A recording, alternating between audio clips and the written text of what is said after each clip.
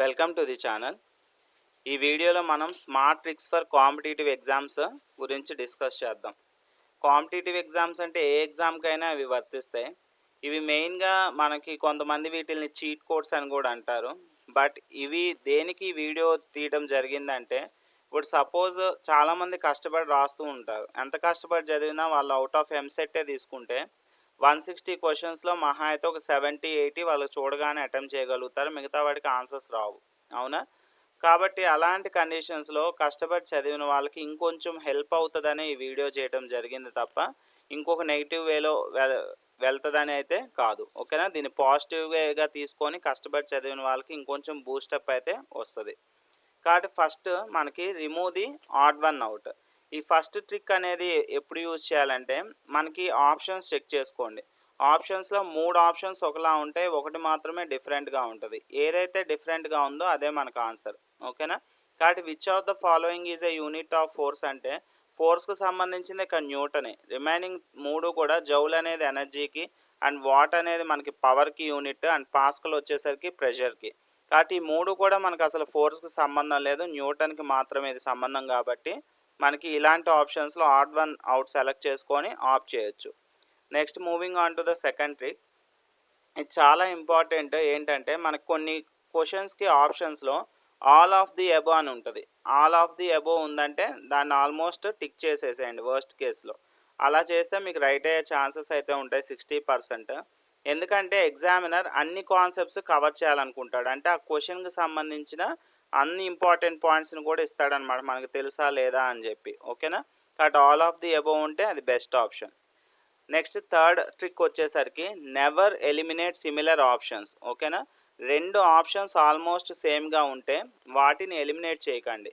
Answer ఎక్కువగా వాటిలోనే ఉంటుంది. సపోజ్ ఇక్కడ ఒక ఎగ్జాంపుల్ తీసుకుంటే value of square root 50 is approximately. జనరల్‌గా ఇక్కడ మనకి 2 ఆప్షన్స్ ఏవి దగ్గరగా ఉన్నాయి? 7, 7.07. ఈ రెండిట్లోనే ఆన్సర్ ఉంటది. స్క్వేర్ రూట్ ఆఫ్ 49 7 కదా! 1 ఎక్కువ కాబట్టి 7.07 ఉండే ఛాన్సెస్ అయితే ఉంటది. ఓకేనా? కాబట్టి ఇది జనరల్‌గా సింపుల్ ఎగ్జాంపులే. బట్ ఇలా సిమిలర్ ఆప్షన్స్ ఉన్నప్పుడు బై లక్ మీరు ఏదో ఒకటి ఎంచుకోండి. మీ లక్ బాగుంటే మీరు ఏదైతే సెలెక్ట్ చేశారో అదే రైట్ అయ్యే ఛాన్సెస్ అయితే ఉంటాయి.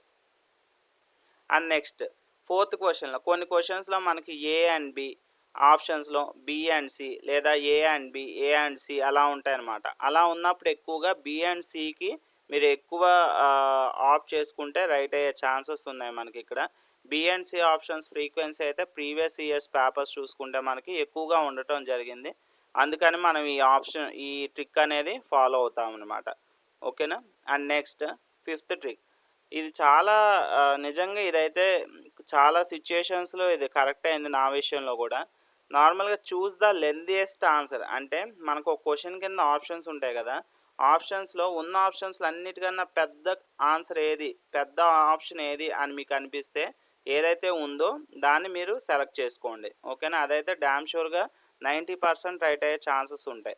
ఎందుకంటే ఎగ్జామినర్ కరెక్ట్ ఆన్సర్‌ని ప్రిసైజ్‌గా ఎక్స్‌ప్లెయిన్ చేస్తాడనమాట. కాబట్టి లెంథియెస్ట్ ఆన్సర్ ఉంటే మనకి ఆ ఆప్షనే రైట్ అవుతది. మాక్ టెస్ట్‌లో కూడా చెక్ చేసుకొని ఒకసారి ట్రై చేయండి మీకు అర్థమవుతది.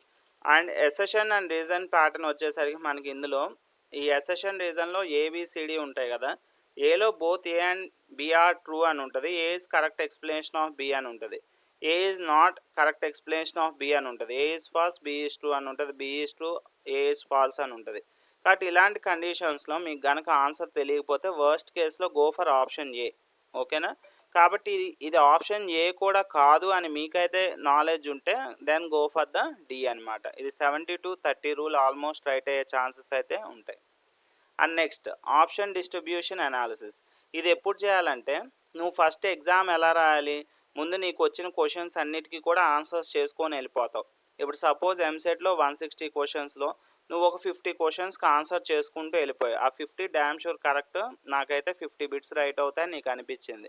ఆ 50 బిట్స్‌లో ఏ ఆప్షన్స్ ఎక్కువ ఉన్నాయో నువ్వు పెట్టిన దాంట్లో ఏ ఆప్షన్ ఎక్కువ ఉందో చెక్ చేసుకో. అంటే సపోజ్ ఇప్పుడు నువ్వు 50 బిట్లు పెడితే ఏలో 25 ఏలో వచ్చేసాయనుకోండి. మనకి బిలో వచ్చేసరికి ఒక 10, సిలో వచ్చేసరికి ఒక 5, డిలో వచ్చేసరికి ఒక 5 వచ్చాయనుకోండి.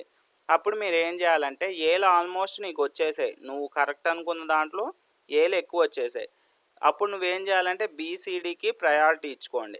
ఓకేనా? ఎందుకంటే 4 ఆప్షన్స్ కూడా ఈక్వల్ డిస్ట్రిబ్యూషన్ ఉంటది. ఇప్పుడు 160 క్వెషన్స్ ఉన్నాయంటే ఏలు 40 ఉంటాయి, బీలు 40లు ఉంటాయి, సీలు 40 ఉంటాయి, డీలు 40 ఉంటాయి. ఆల్మోస్ట్ అలాగే ఇస్తారు. ఎందుకంటే ఒకటే ఆప్షన్ 80 ఇస్తే ఎవడైతే పెట్టేస్తాడో వాడికి ఈజీగా మార్క్స్ వస్తాయి. కాబట్టి ఆప్షన్స్ కూడా ఈక్వల్ డిస్ట్రిబ్యూషన్ ఉంటుంది కాబట్టి ఎక్కువ ఆప్షన్స్ నీకు ఏదైతే కరెక్ట్ అనిపించిందో అవి తీసేసి మిగతావి ఆఫ్ చేసుకుంటే ఇదైతే ఎగ్జామ్ హాల్ ట్రిక్ వర్క్ అయ్యే ఛాన్సెస్ ఉంటాయి మీకు.